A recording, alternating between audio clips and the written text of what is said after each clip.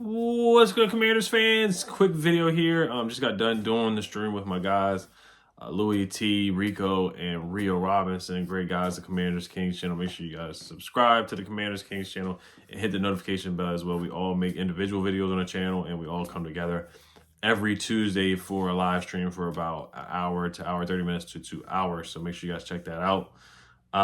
So let's get to some news here. Kirk Cousins has been benched. You like that? You like that? Kirk Cousins, Kirk O'Chains, Kirk Two Chains has been benched in favor of Michael Penix. Raheem Morris announced that tonight.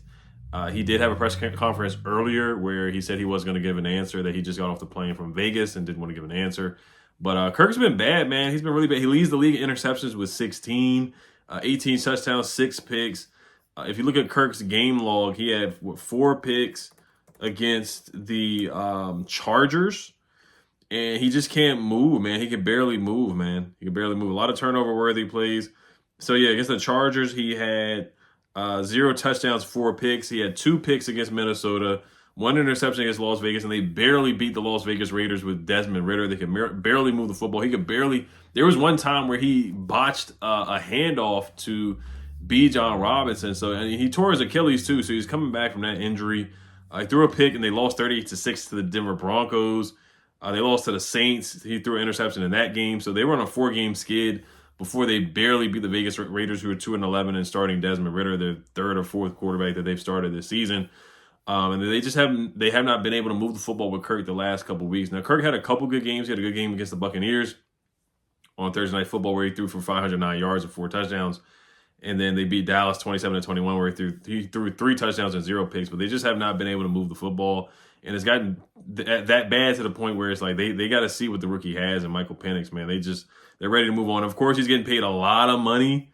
I got to look at the contract details and stuff and see like if they do end up releasing Kirk Cousins, like what are the financial implications for the Falcons? But it's just gotten that bad to the point where they just got to move on. Yeah, $180 million only to bench him after 14 games.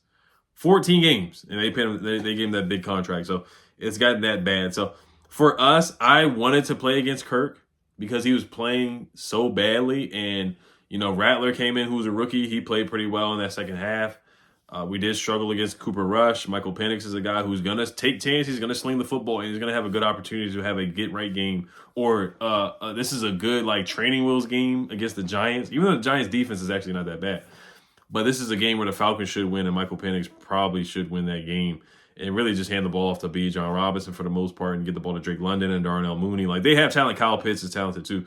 But, Raheem Morris, he just had enough. And you listen to the fan base for the Falcons, they had enough too. If you look at them on social media, they were ready to move on from Kirk Cousins as well. He's just been really bad this year. QBR too.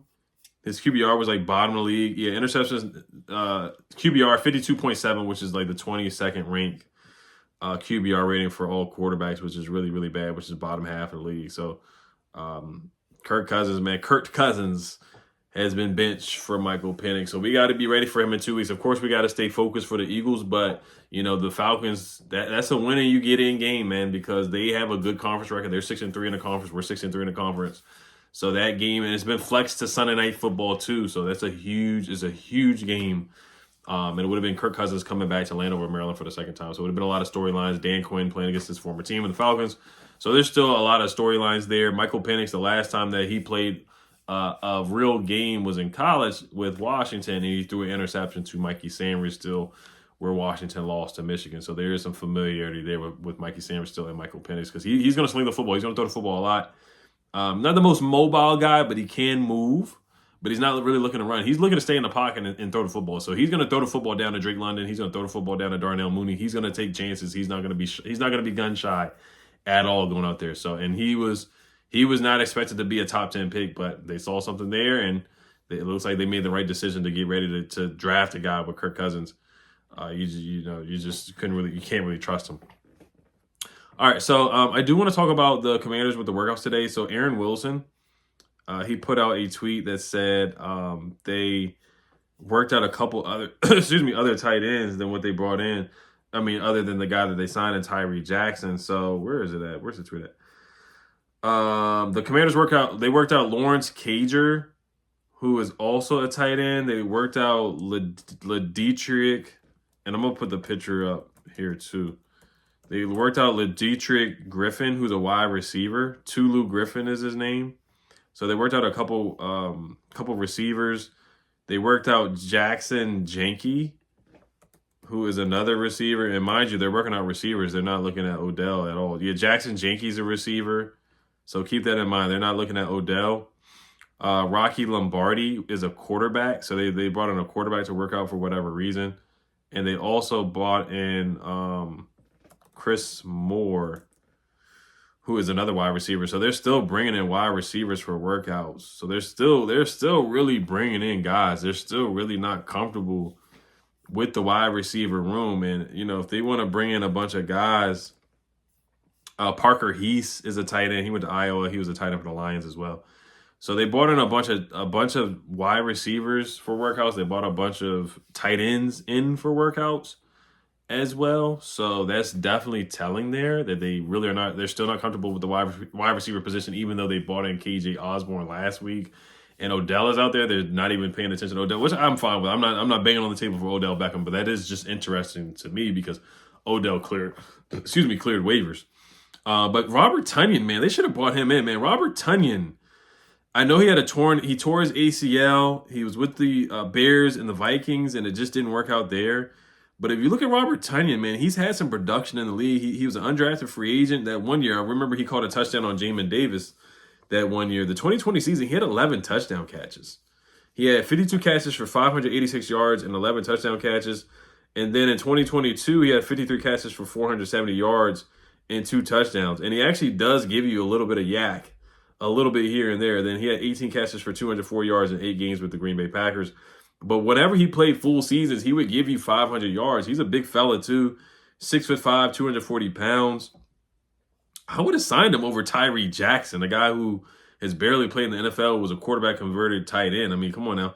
I wasn't there at the workout, so maybe Robert Tonyan might have looked lethargic and sluggish, and Tyree Jackson might have looked really good in the workout. He might have looked quick, nimble, and fast, and mobile because he ran a 4'5". He is an athletic freak. I know people don't like when I say he was an athletic freak, but I mean, he's Tyree Jackson he's an athlete. To be 6'7" and run a 4'5", a 4'5", not 4'5", but a 4'5" 40-yard dash is something to look at for sure. But like I said, Robert Tonyan, man, he had some productive years in the league. I know I'm turning back the clock, but he had the most deep receiving touchdowns in the 2020 season with 4. He was targeted 81 times the past 2 seasons with 2 seasons with no drops. He also had the highest passer rating when targeted with 148.3 in the 2020 season as well. He also had, in 2022, he had 63 targets, 53 catches, 470 receiving yards, 2 touchdowns, 8.9 yards per reception, and a 95.1 passer rating when targeted. Of course, that was with Aaron Rodgers and Devontae Adams was on that team, Alan Lazard, Aaron Jones. They had a really good team, and he was a part of that too. So, I mean, he was a good player. The 40-yard dash, he had an 8.88 RAS score in 2017. He had a 4.5 40-yard dash, which is good, which is similar to Tyree Jackson. 38 vertical inch jump, which is elite. Broad jump was elite. So I don't know why they didn't bring in Robert Tonyan. I know the years with the Vikings and Bears were underwhelming, but he just didn't have the quarterback play. And here, he would get the quarterback play, and he would get targets. Now, I really hope Ben Sinnott does step up. John Bates got to step up too. That's just not his role, but Ben Sinnott needs to step up for sure. And this guy, Tyree Jackson, I guess Cole Turner, if they elevate him off of the practice squad too. But I'm kind of disappointed they didn't sign Robert Tonyan, man. After learning that news from Aaron Wilson, I'm a little disappointed, man. I am. So it is what it is on that. But as always, Hell's Commanders, you guys have a good night. Peace.